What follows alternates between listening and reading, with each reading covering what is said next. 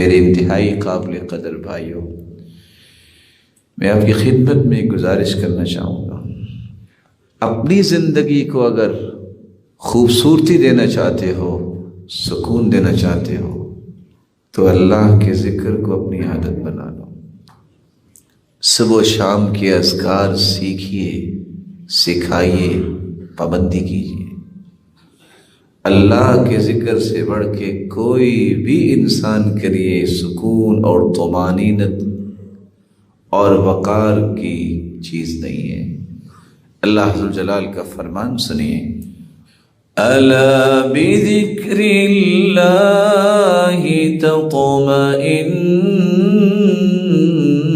القلوب، الذین آمنوا وعملوا الصالحات طوبى لهم وحسن مآب۔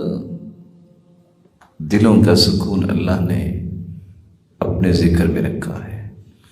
اللہ ہمیں اپنے ذکر کی توفیق عطا فرمائے۔ اٹھتے بیٹھتے سبحان اللہ، الحمدللہ، اللہ اکبر، لا الہ الا اللہ، حسبی اللہ، یا حی یا قیوم برحمتک استغیث، اللہم لا تکلنی الی نفسی طرفت عین ولا اقل من ذلك، اللہم انا نسألک العفو والعافیہ فی الدنیا والآخرہ، رب اغفر لی ولوالدی۔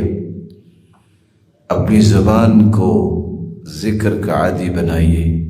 مولا کریم سے دعا ہے، جس طرح یہ روشن چہرے تیرے گھر میں جمع ہیں، اے اللہ ان کو ان کی اولادوں اور والدین کے ساتھ اور سننے والوں کی اولادیں اور والدین کے ساتھ سب کو جنت الفردوس میں بھی جمع فرما۔